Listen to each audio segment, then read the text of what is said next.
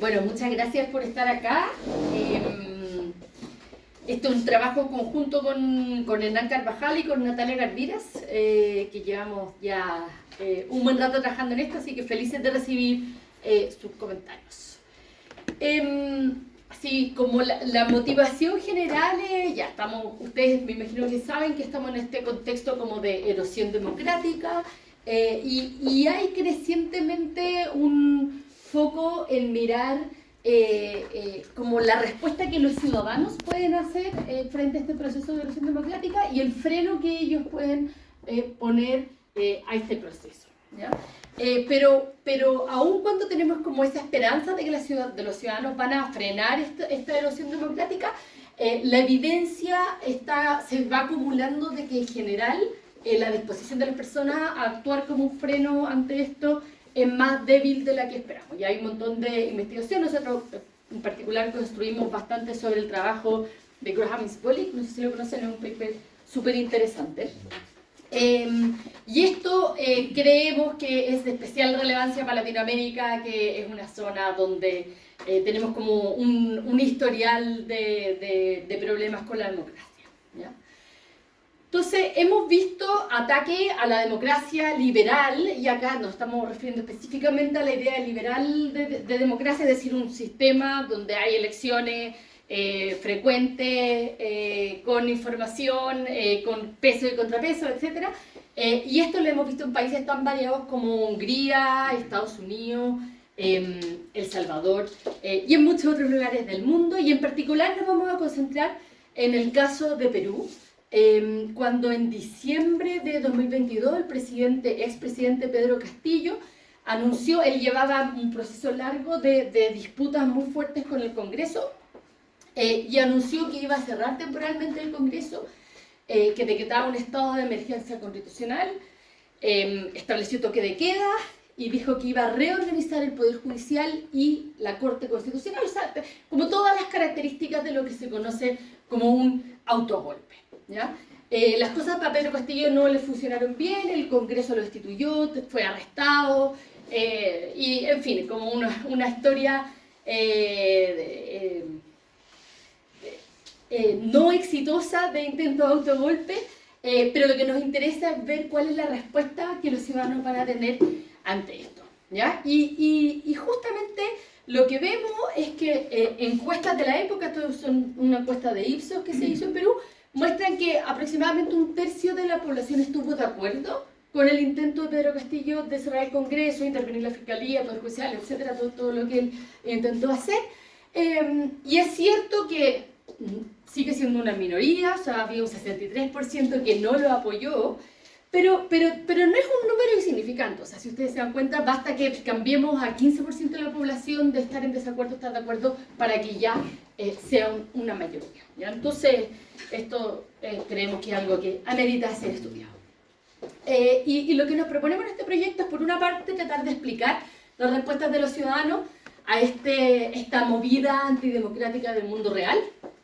Y segundo, ver hasta qué punto podemos anticipar esas respuestas basado en lo que las personas declaraban era su compromiso democrático, ¿ya? Y para esto obviamente es muy difícil hacerlo, hay muy pocos casos en que se puede hacer, porque en general son pocos los casos de como intentos tan flagrantes de atentar contra la democracia, y es muy difícil que justo en ese caso uno tenga como medidas anteriores de compromiso democrático de las personas. Y esto fue lo que nos ocurrió a nosotros. Tuvimos como mucha suerte, porque justo el año 2022, es decir, como un año antes de que Pedro Castillo intentara hacer esto, nosotros habíamos implementado en Perú un panel de 2 olas, un panel online, en torno a las elecciones regionales que ellos tuvieron.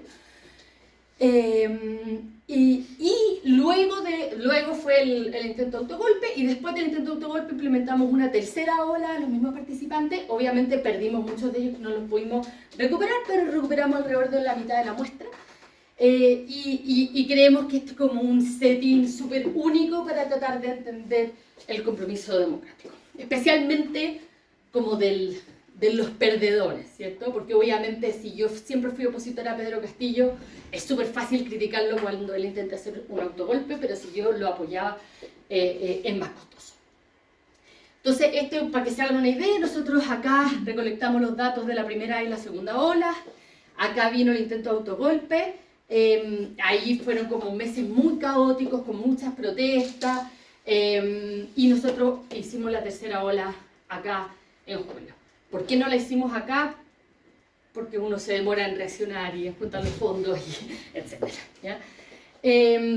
¿Ya?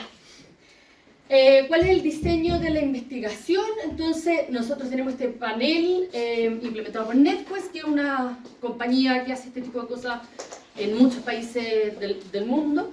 Tenemos estas dos olas que fueron justo antes de las elecciones locales de octubre.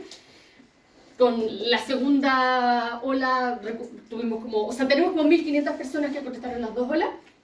Y en la primera ola tenemos una encuesta súper rica en actitudes hacia la democracia. ¿Ya? Les preguntamos un montón de cosas sobre qué consideran de la democracia, qué cosas justifican o no justifican, etc. ¿Ya? Y en la segunda ola hicimos un experimento, de estos experimentos tipo conjoint. ¿Conocen los conjoint? ¿Sí? En que las personas tenían que elegir entre dos candidatos y uno de los candidatos tenía una postura como claramente antidemocrática y el otro candidato tenía una postura neutral, ¿ya? Entonces, así es como se veía esto. Acá eran estos dos candidatos, le decíamos que se imagine que estamos en una elección presidencial. Tenían una propuesta económica, que eran como temas bien importantes en ese momento en Perú, una propuesta social, la ideología política, o sea, acá por ejemplo derecha, centro-derecha, un slogan de campaña, y teníamos esto que nosotros le llamamos una frase célebre, y que era, por ejemplo, en este caso, en momentos de crisis, cuando el Congreso no ayuda, el presidente debe gobernar por sí solo. ¿Ya? O sea, cerrar el Congreso, que es justo lo que intentaría hacer Pedro Castillo un tiempo después, ¿ya? Y la frase neutral eran cosas muy como estas, así como en momentos difíciles tenemos que sacar lo mejor de nosotros mismos, que básicamente no dicen nada, ¿ya? Y variables sociodemográficas. Y todas las personas contestaban 6 veces este ejercicio, uno con un candidato antidemocrático y uno con un candidato neutral. Todos los atributos eran al azar, asegurando que siempre hubiera uno antidemocrático y uno neutral. Y las frases antidemocráticas eran dos que apuntaban a cerrar el Congreso, una que apuntaba a silenciar a los críticos en momentos difíciles y otra a apoyar un golpe de Estado en momentos difíciles, ¿ya? Que eso eran básicamente variaciones de las típicas preguntas de la POP sobre democracia. Ya. Después del intento fallido de autogolpe, hicimos esta tercera ola, recontactamos el 50%, como les dije antes, y acá tenemos un montón de medidas de apoyo a la democracia como más revelado, o sea, como a la hora de los que hubo, ya hubo este atentado y como ver si efectivamente la gente apoya o no apoya, es capaz de criticar a Castillo o no, ¿ya? Y vamos a hacer dos definiciones de compromiso democrático, de apoyo a la democracia. Uno va a ser el explícito, que es básicamente si las personas apoyan a la democracia liberal, y vamos a considerar, primero por razones teóricas, después les voy a decir que también por razones empíricas, la respuesta que las personas dan a la pregunta de si se justifica o no se justifica que el presidente cierre el Congreso en momentos difíciles, porque es como la que más directamente se mapea con lo que intentó hacer Pedro Castillo, ¿ya? Después resulta que además esa pregunta tiene un poder predictivo muy fuerte, mucho más que no sé, nosotros teníamos como 15, 20 preguntas sobre democracia, y esa resulta ser la más predictiva porque justamente apunta, se mapea muy bien, ¿ya? En nuestra muestra, alrededor de un tercio justifica cerrar el Congreso en momentos difíciles, y eso es súper parecido a lo que se encuentra en la POP en Perú, ¿ya? O sea, funciona bastante bien. Y en segundo lugar vamos a tomar esta medida de compromiso implícito con la democracia, que la vamos a ver como el porcentaje de veces que un encuestado vota por un candidato antidemocrático en este conjunto, ¿ya? Entonces, En el fondo todas las personas contestan esto 6 veces y vamos a medir cuántas veces votan por un candidato antidemocrático. O sea, obviamente el compromiso democrático es el impresor. Y en principio, o sea, como teóricamente las virtudes de los conjoints son, por un lado, que reducen el sesgo de deshabilidad social. O sea, quizás yo no estoy dispuesta a decir que yo justifico que un presidente cierre el Congreso, pero si me lo pones con un montón de atributos y a mí en realidad no me importa tanto, soy capaz de votar por ese candidato. ¿Ya? Entonces, en ese sentido, tiene menos sesgo de deshabilidad social. Y segundo, considera los trade-offs, las disyuntivas que las personas enfrentan en las elecciones reales. ¿Ya? Porque en abstracto podemos estar todos de acuerdo de que no queremos un candidato que quiera cerrar el Congreso, pero como qué pasa si ese candidato se parece más al tipo de candidato que a mí me gusta, en términos de ideología, propuesta, sexo, lo que sea. ¿Ya? Entonces, considera estos trade-offs. Entonces nosotros, nuestra expectativa era que con el conjoint íbamos a poder predecir mejor si la gente efectivamente condenaba a Pedro Castillo después de que Pedro Castillo intentó hacer el autogolpe. Ya. Lo primero, esta es la distribución de los votos por candidatos antidemocráticos. Lo hicimos 6 veces y esto está comparado. Nosotros habíamos hecho este mismo experimento en Colombia, entonces ponemos como referencia el caso colombiano, el caso de Perú. Y este es del paper de Graham y Smolik que les mencioné antes, que es en Estados Unidos. Y en el caso de ellos eran 7 votos. ¿Ya? Lo hicieron 7 veces. Pero lo interesante es que son súper parecidos. O sea, hay como alguna validez externa en la distribución de esto. Es cierto que en el caso de Graham y Smolik, las medidas antidemocráticas eran mucho más como suaves que las que nosotros poníamos. O sea, nosotros poníamos apoyar un golpe, silenciar a los críticos, y en Estados Unidos ponían así como apoyar medidas de redistritaje que favorecen a tu partido. Eran cosas como mucho más suaves, pero bueno, también es un país con una historia muy distinta a la nuestra, o por lo menos hasta hace algún tiempo. Entonces, lo que vemos, o sea, de partida nosotros no lo podíamos creer, solo el 5,5% de los encuestados nunca vota por un candidato antidemocrático.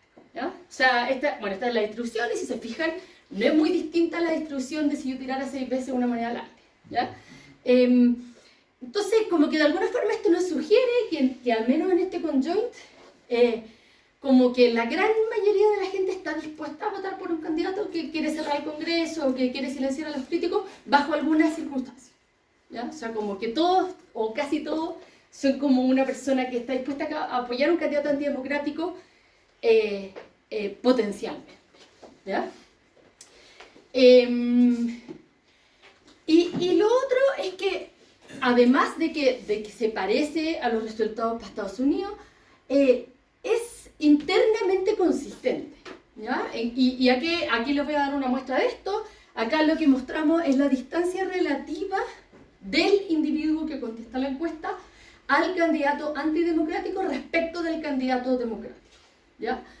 Entonces, cuando yo estoy mucho más cerca en términos de ideología del candidato antidemocrático, la probabilidad de votar por él es casi 60%. ¿Ya? Si el candidato antidemocrático está mucho más lejos, la probabilidad de votar por él es como más del orden del 20%. ¿Ya?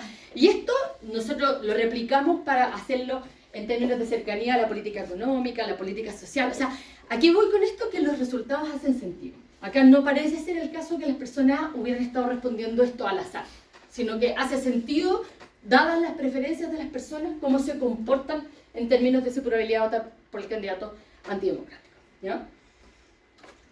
Y en ese mismo sentido lo que observamos es que existe una disyuntiva entre ideología y democracia. O sea, en el fondo, la gente transa entre ideología y democracia y está dispuesta a votar por candidatos no democráticos cuando eso la lleva a tener un candidato más cercano en su ideología. Preguntas, comentarios, interrúpanme nomás si quieren. Ya. Y lo último que les digo sobre el conjoint es que el apoyo explícito a la democracia, y de nuevo les recuerdo que esto era si la gente justifica o no justificaba cerrar el Congreso en momentos de crisis, predice el comportamiento en el experimento, pero débilmente. ¿Ya? Y en particular lo que vemos, estas son las distribuciones de los dos. Si se fijan, la distribución de los que no justifican está más cargadita al cero, pero aún dentro de la gente que no justifica cerrar el Congreso, como el 8% de las personas solamente nunca vota por un candidato que quiere cerrar el Congreso. ¿Ya? Y en particular, o sea, si controlamos por todos los sociodemográficos, etcétera, lo que encontramos es que la gente que justifica cerrar el Congreso, es decir, los menos democráticos, votan por 0,3 más candidatos antidemocráticos en estos 6 ejercicios, que corresponde a un aumento de 12%. O sea, hay una predicción, pero es bastante pequeña. Ya, vamos a irnos ahora a tratar de mirar qué ocurre una vez que Pedro Castillo hace el intento de autogolpe, cómo reaccionan las personas.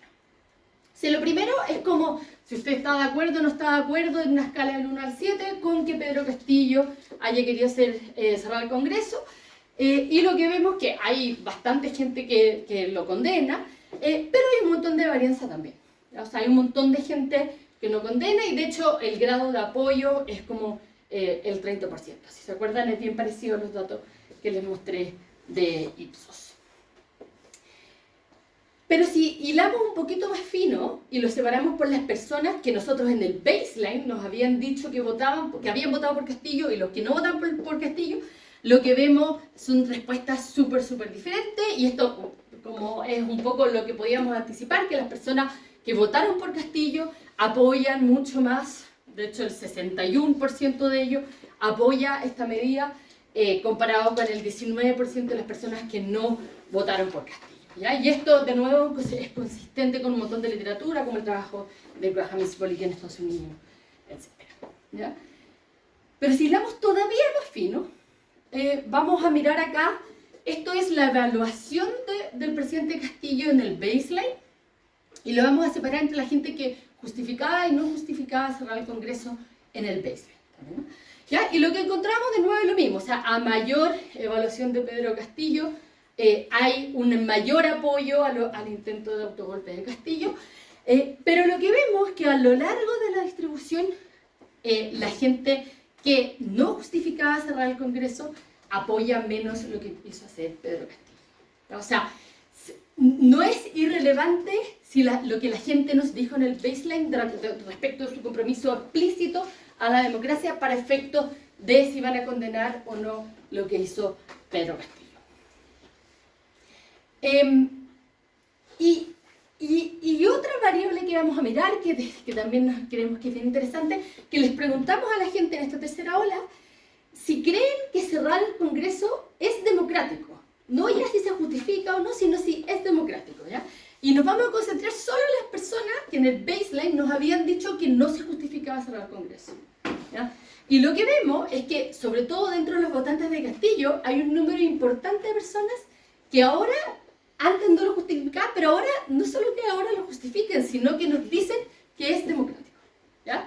Entonces, de alguna forma hay una reinterpretación de lo que es la democracia, y eso es consistente con investigación como el trabajo de Krishnarajan, un paper súper interesante que muestra que las personas del fondo, cuando tienen como estos como enfrentamientos cognitivos de que tenían una idea de democracia y no cuadra con lo que está haciendo una persona que valora, como que reinterpretan lo que significa la democracia, ¿ya? Y eso es un poco lo que estamos viendo acá.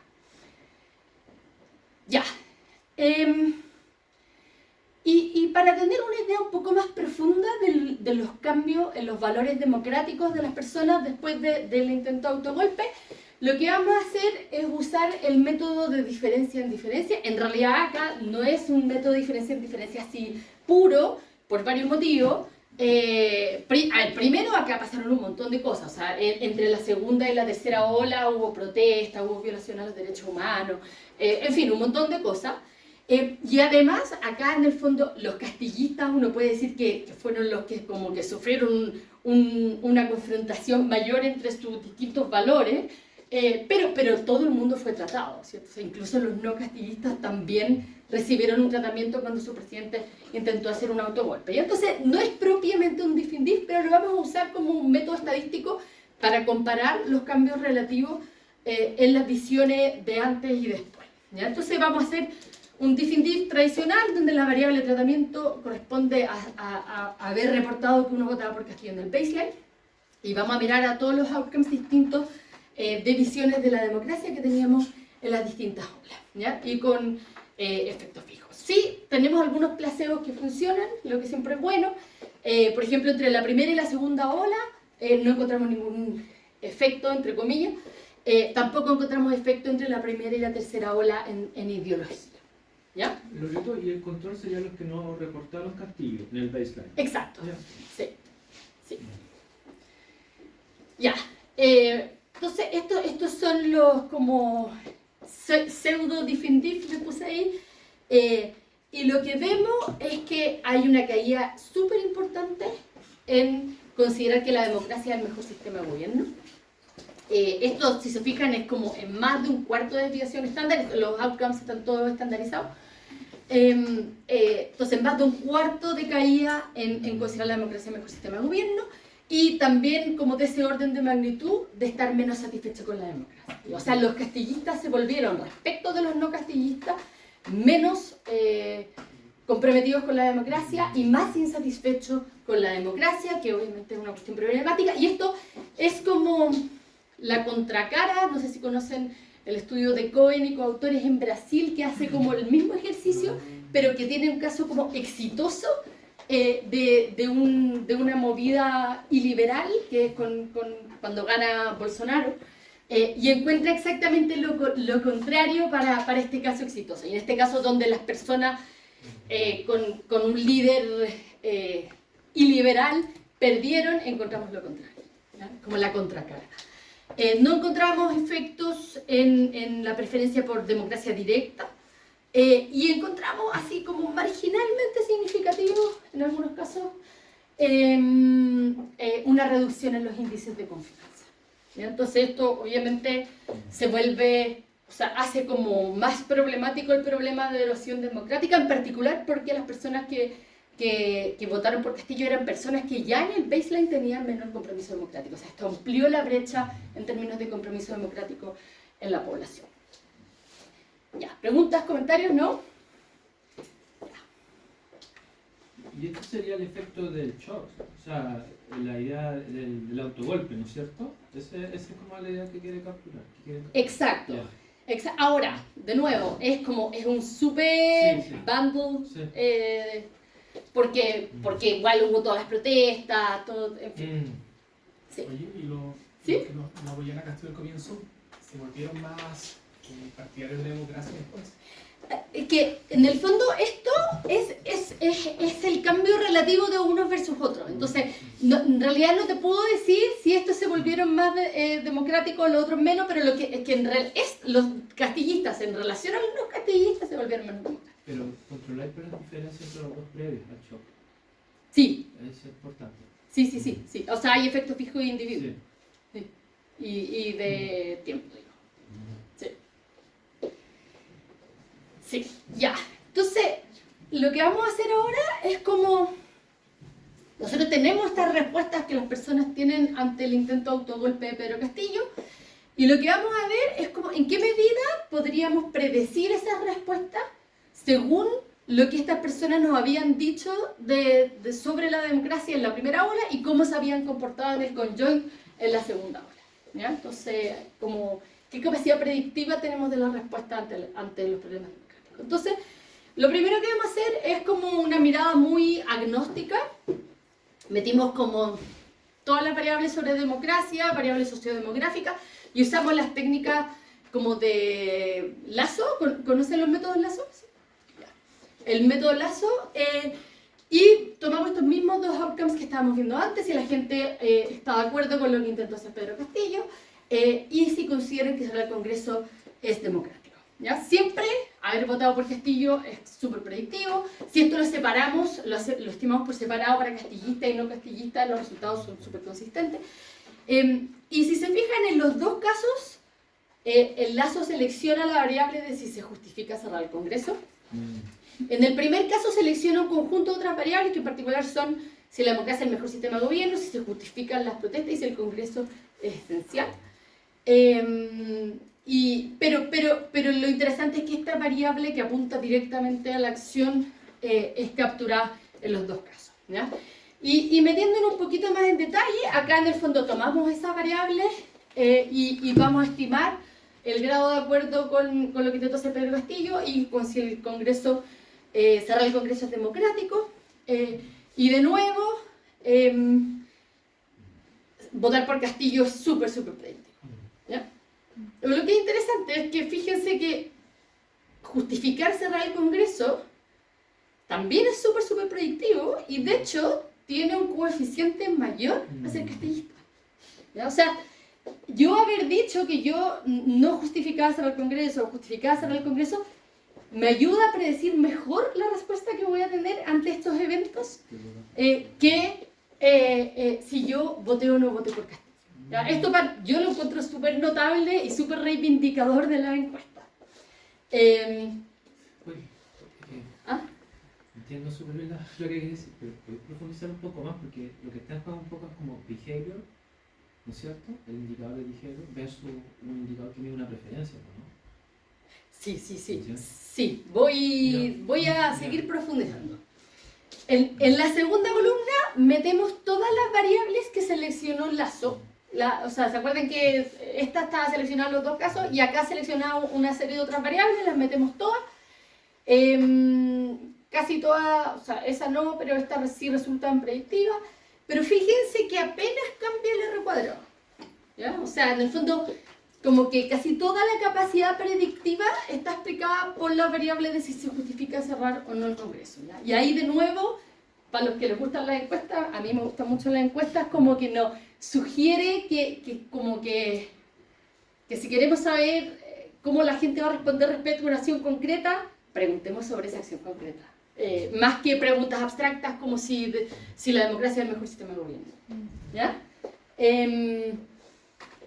Ya. Y en la tercera columna vamos a poner el número de votos por candidato antidemocrático en el conjoint, ¿ya? Que es como decía Luis, una variable más behavioral, o sea, como más...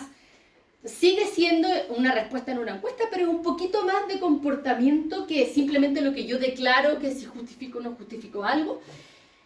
Y si se fijan, es marginalmente significativo, al 90%, y tiene un coeficiente muy chiquitito. Esto está estandarizado por una desviación estándar. Una desviación estándar en este caso corresponde a 1,3 votos. Recordemos que eran 6, 1,3 votos más de votos antidemocráticos. Me explican un 6% de desviación estándar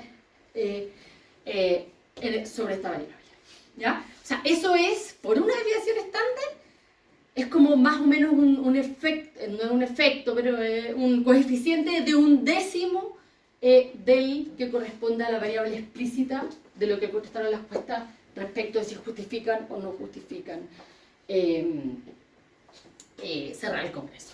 Entonces, acá de nuevo nos indica que es mucho más potente la pregunta explícita que lo que ocurre en el conjoint. Y de hecho, cuando metemos las dos cosas juntas, o sea, si metemos justifica cerrar el Congreso y el conjoint, fíjense que el efecto, la significancia del conjoint desaparece, ¿ya? O sea, esto deja de ser predictivo una vez que estamos incluyendo la medida explícita de apoyo a la democracia, ¿ya? La historia acá es bastante parecida, esto es un poquito más significativo la medida del conjoint en este caso y un coeficiente un poquitito más grande, pero igualmente lo que vemos es que desaparece cuando metemos las dos medidas y que aún así es como de otro orden de magnitud del coeficiente asociado a la medida explícita, ¿ya?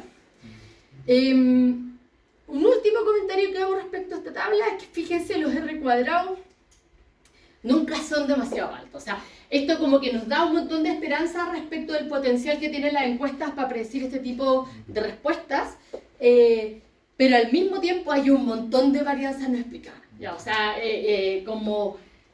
también es fácil decir que yo no lo justifico y después ocurre y lo justifico, ¿ya? O viceversa. Ya, entonces, ¿qué está pasando acá? ¿Ya? Nosotros, yo algo les adelanté al principio, sabemos que los conjoints están menos sujetos a sesgo de deseabilidad social, al mismo tiempo como que debieran reflejar mucho mejor el tipo de disyuntivas que la gente enfrenta en la realidad. Y por eso es que nosotros esperábamos que fuera más predictivo que las encuestas, que tienen todos los problemas que tienen las encuestas, que sabemos que tienen, ¿cierto? Que es simplemente una declaración, que es como lo que en inglés le llaman como cheap talk, que es como súper barato decir como sí, yo soy un demócrata, etc. Pero lo que estamos encontrando es justamente lo contrario, que es mucho más predictivo la respuesta a esta encuesta, ¿ya? Y recordemos, porque alguien podría decir, bueno, el conjoint de ustedes no funcionó. Y tenemos alguna evidencia convincente de que sí funcionó. O sea, es parecido a lo que encontramos en Colombia, es parecido a lo que se encontró en Estados Unidos. Y al mismo tiempo las respuestas, como les decía, hacen sentido. O sea, dependen de la distancia ideológica, de la distancia en términos de propuesta. Entonces, no es como que nadie se haya tomado en serio el conjoint, porque si no habríamos encontrado algo mucho más aleatorio. Y la verdad es que las respuestas hacen bastante sentido, ¿ya? Entonces, hicimos varios como...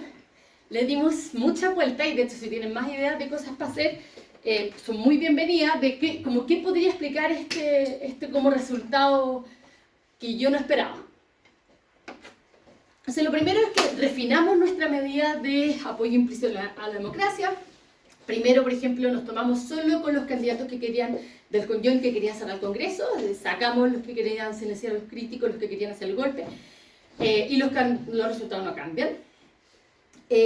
Después, porque mucha gente nos decía, sí, pero en el conjoint todo es aleatorio, entonces hay gente que le tocó como elecciones que eran mucho más difíciles que otras, porque en el fondo me ponían un candidato que era muy cercano a mi ideología y justo era el antidemocrático, entonces entonces lo que hicimos fue tratar de controlar por eso, hicimos unas estimaciones en que controlábamos por la distancia en términos de ideología y de la política social, que son las dos variables que más a la gente le importan en nuestro conjoint, como para controlar cuán difícil era su elección, ¿ya? Y tomamos como la propensión que estas personas tenían a votar por un candidato antidemocrático como neto de la dificultad de la elección que les tocó en este como random choice, ¿ya? Esto es marginalmente más significativo, ¿ya? O sea, aumenta como 17% los coeficientes, pero sigue siendo del orden de magnitud de un décimo del de las preguntas directas, explícitas, sobre si usted justifica o no justifica hacer el Congreso, ¿ya? Después hicimos muchos análisis de heterogeneidad, y lo que sí encontramos que es interesante es que es un poquito más predictivo el conjoint cuando tomamos personas más, entre comillas, sofisticadas, medido a través del interés en la política o que son personas con mayor nivel de educación. Dentro de estas personas es más predictivo. Podría ser que entienden mejor las disyuntivas, que entienden mejor de qué se trata, pero aún así son cambios que de nuevo no cambian los órdenes de magnitud, ¿ya? Y después miramos un montón de cosas como las distintas, porque alguien nos decía, sí, pero es que depende de la concepción de la democracia que las personas tengan. Entonces mirábamos si la persona tenía una concepción más, no sé, rusoniana de la democracia, si tenía concepción, como distintas versiones, más de democracia directa, más liberal, etc. Miramos el nivel de como cercanía emocional con Pedro Castillo. Hicimos un montón de análisis de heterogeneidad y la verdad es que no hay diferencia significativa. ¿Ya? Entonces, para ir concluyendo, ¿qué aprendemos sobre la capacidad y la disposición de la ciudadanía de defender la democracia en los momentos difíciles? Ya, primero, que la ciudadanía no condena unánimemente este tipo de cosas y que las preferencias políticas importan, ¿ya? Y esto, hay un montón de evidencia que muestra esto en forma experimental, en forma con encuestas, y acá como que creemos que le aportamos una mirada mucho más como de un caso real, más que hipotético, y en ese sentido es un aporte a esta línea de investigación.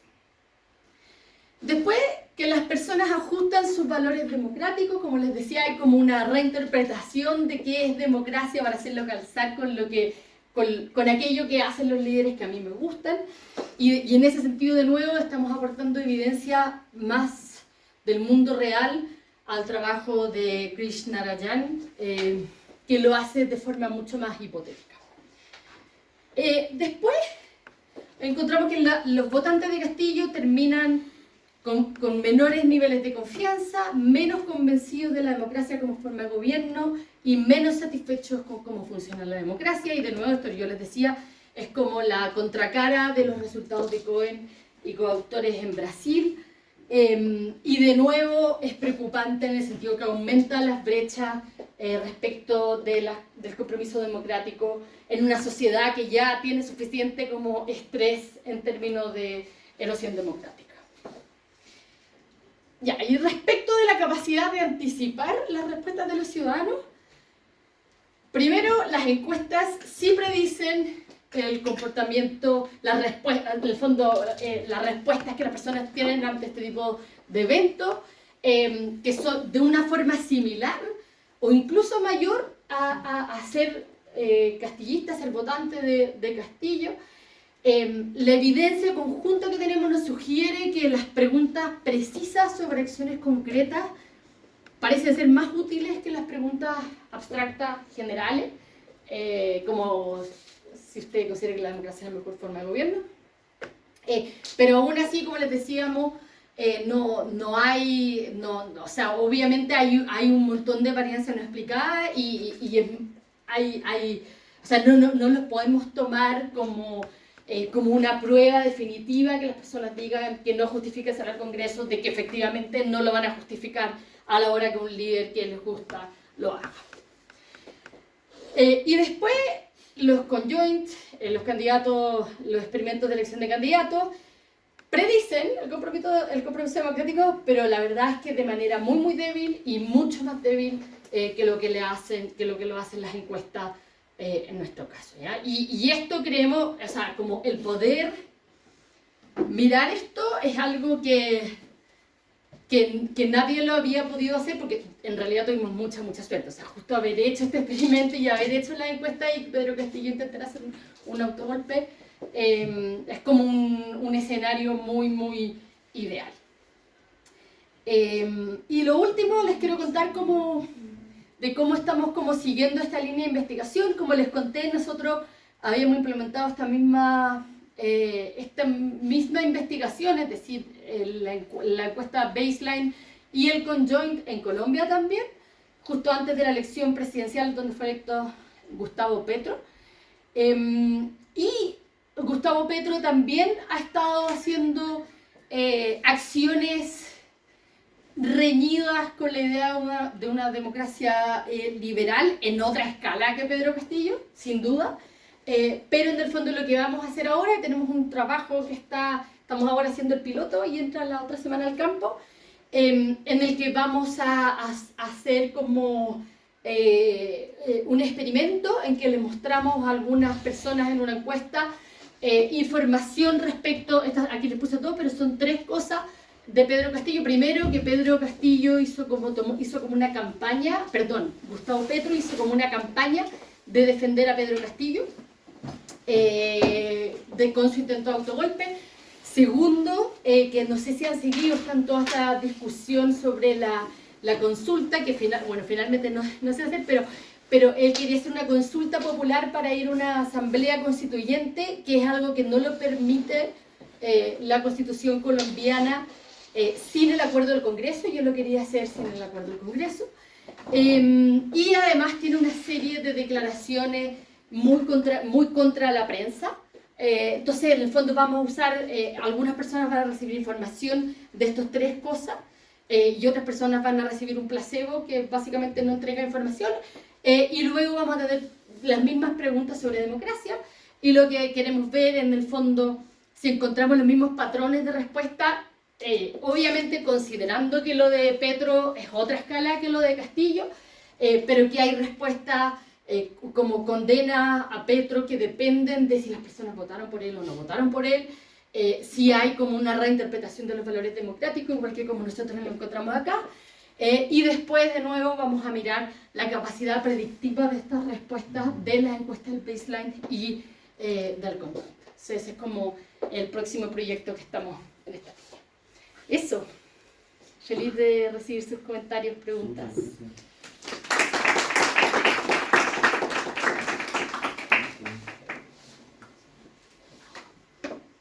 ¿Alguna pregunta, algún comentario? motivar la discusión. No, esto es súper interesante. A los que nos gustan las encuestas. ¿Sabes qué?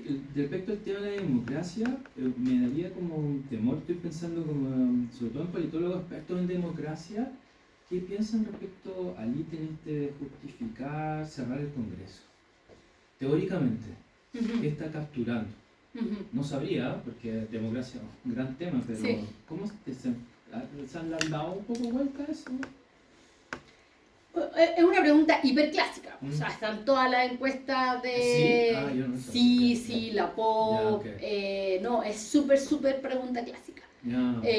Y siempre tienen como este preámbulo de en momentos de crisis, ¿cree usted que se justifica hacer el Congreso? Ya, okay. Y de alguna forma, bueno, ahí de nuevo por eso decía, o sea, esta es una concepción, o sea, lo estamos tratando con una mirada de democracia liberal, porque en el fondo hay personas que dicen que no creen, no le dan mucho valor al rol del Congreso. La postura que nosotros tenemos como autores es que es esencial un esquema de peso y contrapeso en una democracia, digamos.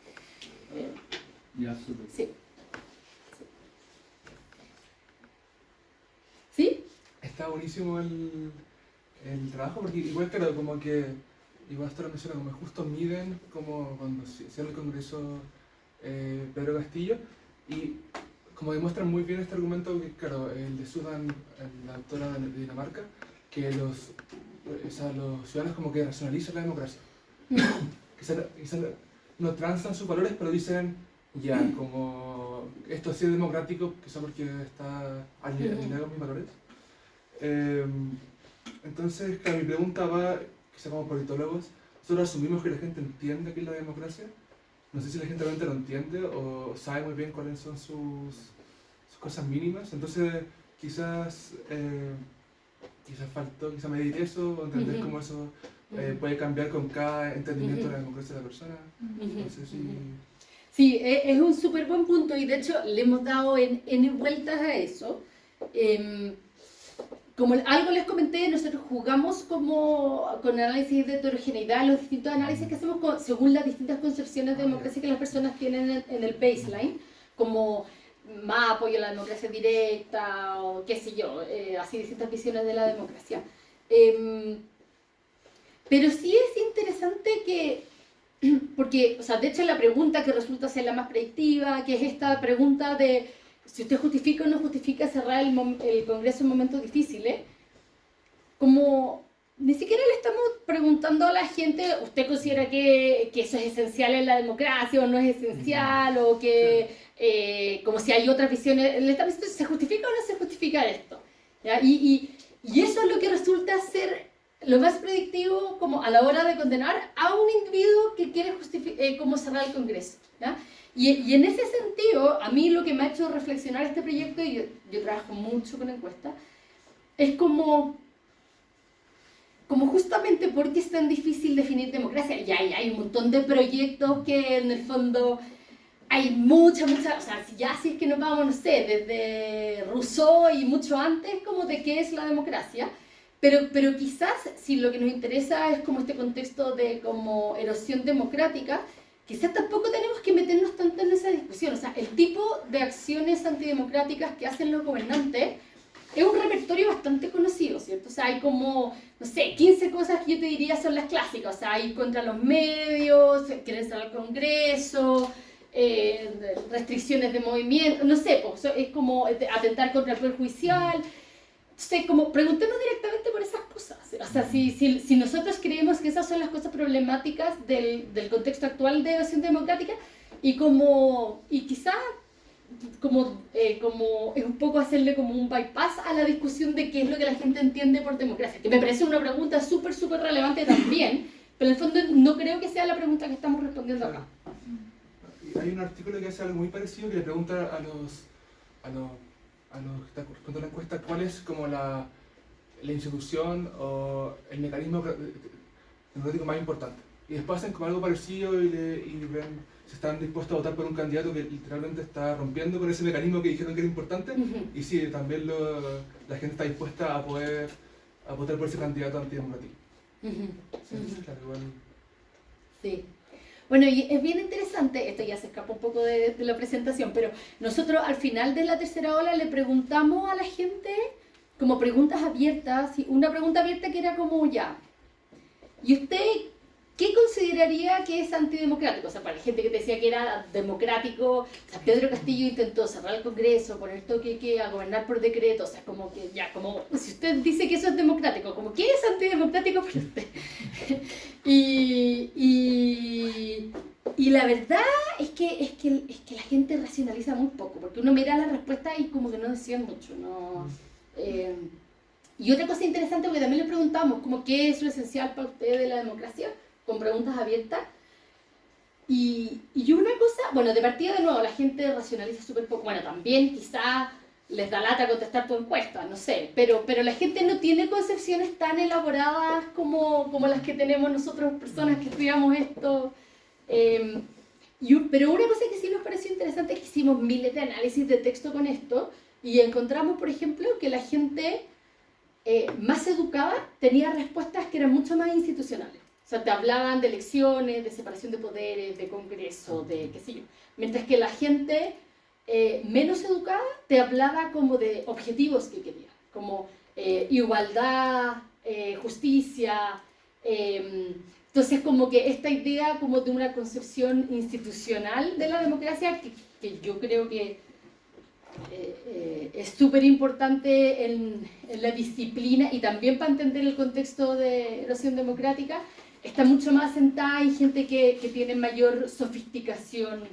Claro, o sea, hay gente que mira la democracia por claro, como la definición, la gente la mide por su performance o por su Claro. objetivo. Claro.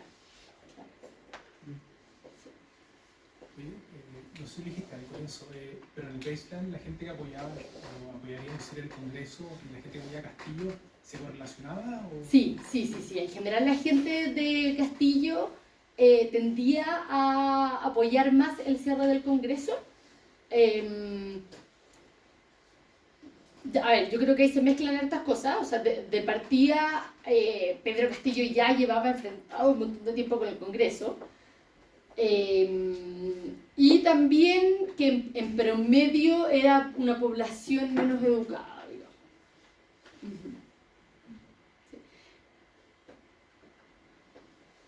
Sí, estoy pensando cómo formularla quizás bien, pero tengo una duda con los valores predictivos que ustedes tuvieron en el sentido de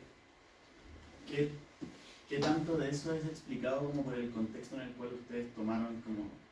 Porque yo pienso, claro, el contexto en el cual ustedes toman la tercera ola me parece que fue, es un contexto como súper volátil, como que al final igual, o sea, como que hay un periodo como de estabilidad entre comillas, pero vienen de un contexto que es súper fuerte, como cierra el Congreso y todo lo que viene después, como todo el periodo de confrontación, etcétera, etcétera, etcétera.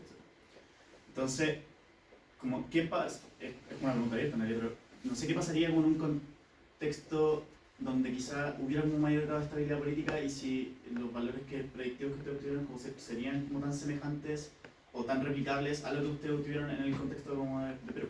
Como pienso, no sé, en el caso, incluso en un caso como, claro, como en el ideal de, no sé, incluso un país que tenga cierta estabilidad como política, que no esté como con grandes tensiones y que, no sé, como que no esté cercano a por ejemplo, a un proceso de elecciones. ¿Será tan replicable o no? Porque siento que igual es difícil aislar al final como el factor contextual, sobre todo entendiendo que políticamente hablando como una crisis súper fuerte. Sí. Entonces, no sé si han pensado quizás ustedes eso. Lo hemos pensado mucho y o sea, este paper lo hemos presentado, no sé, puede ser la presentación número 20, 30, o sea, créeme que nos han criticado eso antes. Sí, es cierto, un contexto súper particular, Perú es un país súper particular en términos de política. Bueno, en parte por eso que queremos hacerlo de Colombia, como para ver si encontramos los patrones similares ahí, eso nos daría mucha más como validez externa. Ahora, al mismo tiempo, es como... Pucha, es súper difícil hacer algo como esto en Suecia. O sea, los presidentes suecos no quieren cerrar el Congreso, o sea... Bueno, entonces... yo no digo en un sentido de como de crítica negativa o algo del estilo. No, claro. Solo como pensándolo de ustedes, porque como han investigado mucho esto, como se han puesto en la situación de pensar ¿qué sucedería? No digo que Claro. ni siquiera que lo hagan, pero ¿creen que eventualmente como sus resultados podrían ser replicables como en un contexto quizás como de más estabilidad política? O sea, yo creo, tiendo a creer, como mi enfoque, digamos, pero esto por eso es como súper especulativo, Sí, pero por yo supuesto. creo que hay ciertos rasgos del ser humano que son bien profundos y que son bastante universales. O sea, yo creo, obviamente no te puedo decir en qué magnitud y seguro que variaría mucho según el contexto, pero yo creo que hay algo de esto que es profundo, digamos. O sea, no creo que sea al azar que la encuesta sea 10 veces más predictiva que el conjoint. Quizás, claro, en otro lugar va a ser 2 veces más predictiva, no sé, pero no creo que sea como una cuestión como totalmente aleatoria. Pero obviamente, claro, yo soy la autora del paper, no sé. No tiene metodológico, porque en la última ola se quedaron con 500 respuestas más o menos. 800, Ya, 800. Eso es Sí. como un 40%. 50%. Y ahí está. ¿Eso es normal o no? ¿O es aceptable? O sea, es súper normal en una encuesta online cuando ha pasado, no sé, pues esto fue de octubre a julio, ¿cachai? Oh, espérate, fue de... Sí, fue en octubre. Es súper normal. Obviamente no es lo ideal, me habría encantado que todos contestaran. Y efectivamente cuando vemos en términos como de características, las muestras son un poquito distintas. ¿Ya? Por eso que controlamos por un montón de variables para tratar de ajustar por eso. Ahora, algo como positivo es que no son distintas en términos de su como justificación inicial a cerrar el Congreso en el baseline, que es como una variable bien crítica para nosotros. Así que eso creo que es positivo. Y sí, o sea, claramente está lejos de perfecto, pero en el fondo, así es la investigación. Como, me encantaría que fuera más grande la muestra, pero en el fondo, o sea, ya pensar que tenemos un setting, que tenemos como una encuesta baseline, un experimento y que después el tipo trata de cerrar el Congreso, o sea, es como yo creo que es difícil pedirle tanto más. ¿Sí? Perdón, es que me quedo dando vueltas anterior y como de desconocimiento lo pregunto, pero ¿no se ha pensado o no se ha propuesto, entiendo que es muy costoso y difícil, pero como aplicar una nueva ola como en la actualidad? Lo digo porque también es una forma de alguna manera de aplacar un poco como el factor contextual del momento. Como ya ha pasado un tiempo ya considerable de como la situación de crisis propiamente tal, como en un sentido ya como tanto social como del individuo propiamente como tal, ya es como la percepción que tiene al respecto puede cambiar. No sé qué tan radicalmente cambio o no, como da la magnitud del proceso que se vivió, pero... A ver, no lo tenemos contemplado, en parte por el punto que decía José, o sea, si ya capturamos la mitad en julio del año pasado, o sea, ya... Sí, julio, o sea, perdón, año pasado, antepasado, ya me perdí el tiempo. O sea, hoy día probablemente serían 200 personas súper seleccionadas, entonces es súper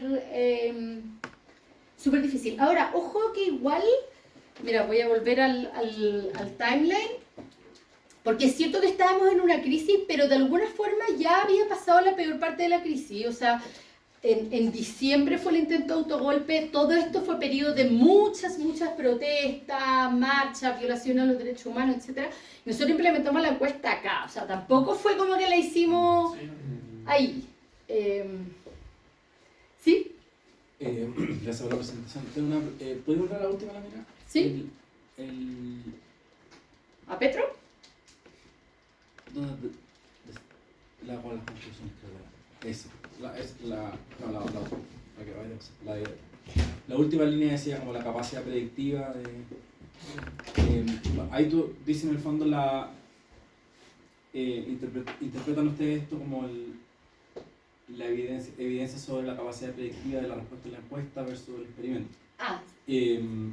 Y entiendo, están pensando en la capacidad predictiva en términos de los efectos, ¿cierto? En el fondo, del efecto que tiene decir tal cosa en la encuesta sobre tu variable dependiente o lo que identificaron en el experimento sobre la variable dependiente. Pero la duda que me queda, es raro leer como la palabra experimento en la misma línea que predicción.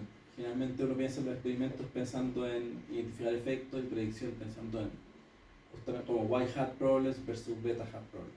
Entonces la pregunta que... Y tú en algunas partes decías como fijémonos en lo R cuadrado.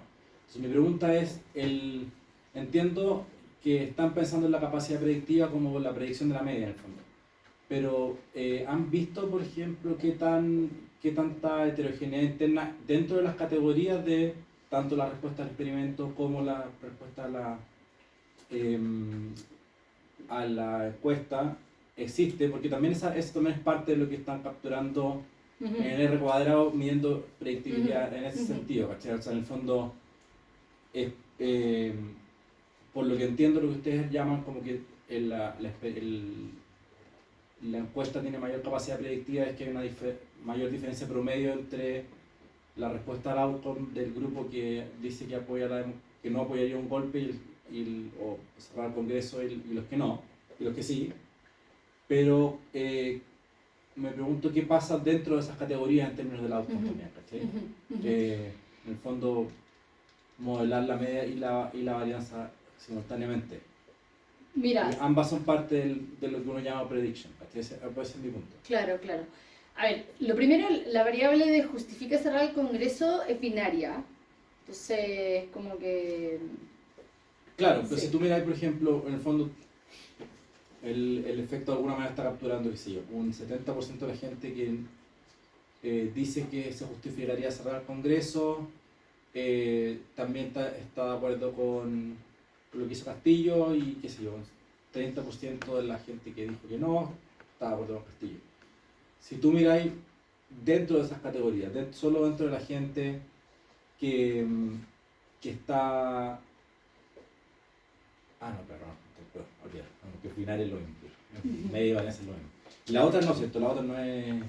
La otra no, pero fíjate que nosotros lo hicimos de la forma más agnóstica posible. O sea, acá esto es imposible más flexible la especificación, ¿cachai? Ya. Y créeme que Y probamos... por eso lo hicieron con lazo... Claro, o sea, primero exploramos con lazo y esto acá el número de votos, la dummy por voto por 1, 2, 3, 4, 5, 6, o sea, esto es totalmente flexible, es cero paramétrico, ¿cachai? Y nunca es predictivo, y créeme, o sea, acá nosotros, o sea, le metimos cuadrado, al cubo, o sea, interacciones, o sea, hicimos como... Entiendo por eso en el fondo que el ejercicio que usted está haciendo es predictivo. O sea, Sí, es predictivo, completamente predictivo, completamente predictivo. En fondo, lo que estamos viendo es si un experimento es predictivo. Esa es toda la confusión. Sí, o sea, en el sí, fondo, sí. pensándolo, en el fondo el experimento es una forma de...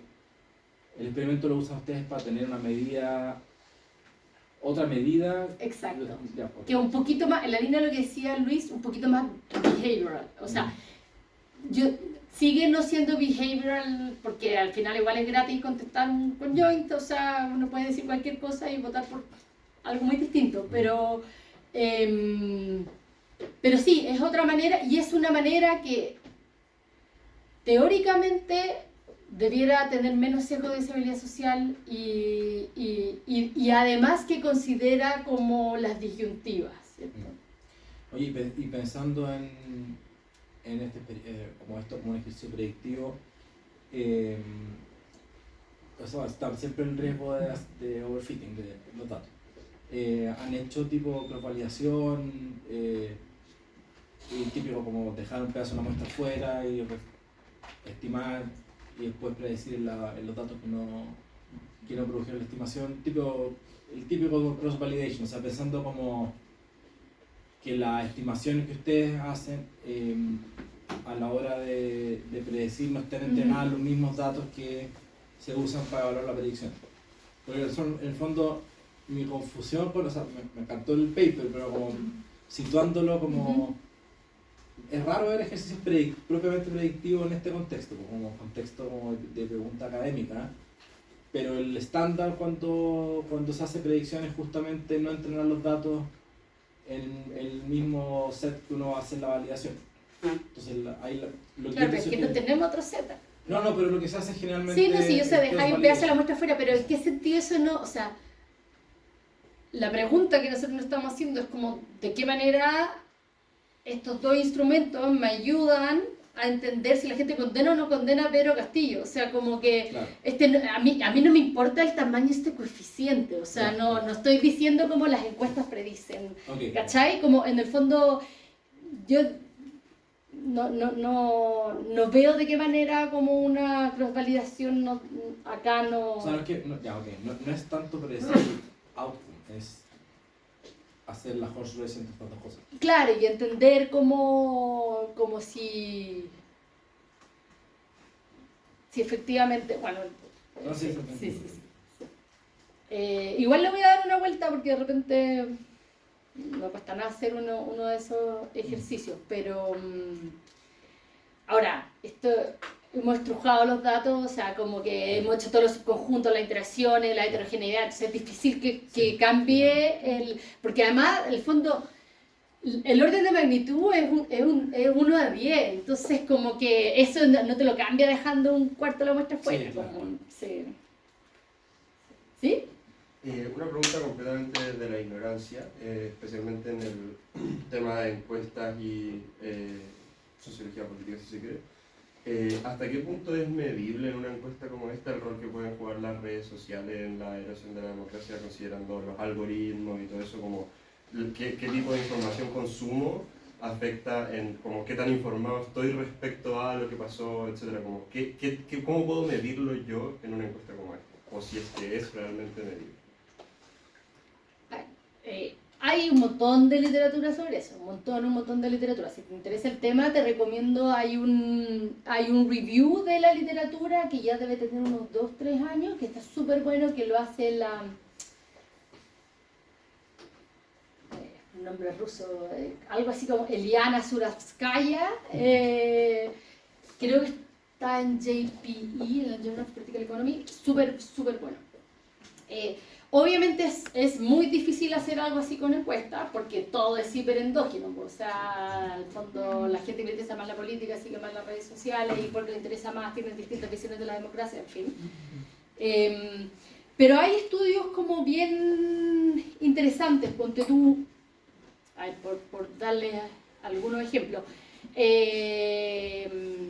Leopoldo Ferguson y Molina lo que hacen es ven la expansión del 3G en el mundo. El 3G fue la primera tecnología que permitió a la gente como chatear con facilidad, digamos. Y ven cómo se fue expandiendo el 3G en el mundo, que eso es un poquito exógeno en el sentido, o sea, obviamente hay un factor de demanda, donde hay más población lo van a llevar, pero también depende de las antenas, de los cerros, ¿cachai? Como cosas así. Y lo que encuentran es que a los lugares donde llegaba el 3G se observa en promedio una caída en la aprobación de esos gobiernos, específicamente en casos donde hay corrupción. Cosas de ese estilo que son como más exógenas. Hay un estudio similar, que creo que es de Guriev, hay muchos rusos en esta literatura, que lo que hace es jugar con cuando Facebook se abría a los distintos idiomas, ¿ya? Que de nuevo tiene algún componente exógeno, sobre todo porque, no sé, Jamaica habla inglés y obviamente no tuvo ninguna influencia en que Facebook se abriera en inglés, digamos, ¿ya? Y juegan con eso como instrumento, como de variables instrumentales, y también encuentran efecto en, espérate, creo que lo dije al revés, efecto en protesta. Creo que el de Ferguson y Molina, que es el del 3G, encuentra efecto en protesta, y el de los idiomas encuentra efecto en la aprobación. Lo puedo tener al revés, pero son muy similares. En el fondo aumenta protestas. Sí, de hecho el paper de Ferguson y Molina se llama Facebook Causes Protest, así que como que resume el argumento. Sí, sí. Pero yo creo que son cosas que son difíciles de estudiar en términos como de causalidad. O sea, a ver, yo creo que el trabajo descriptivo, el buen trabajo descriptivo igual es súper informativo, y eso se puede mirar mucho con encuestas, pero así como en términos de causalidad, es difícil, dada toda la endogeneidad que hay en este tipo de temas. Bien, muchísimas gracias Loreto por toda tu presentación, muy interesante y sobre todo por venir nuevamente por estos lares. Muchas gracias.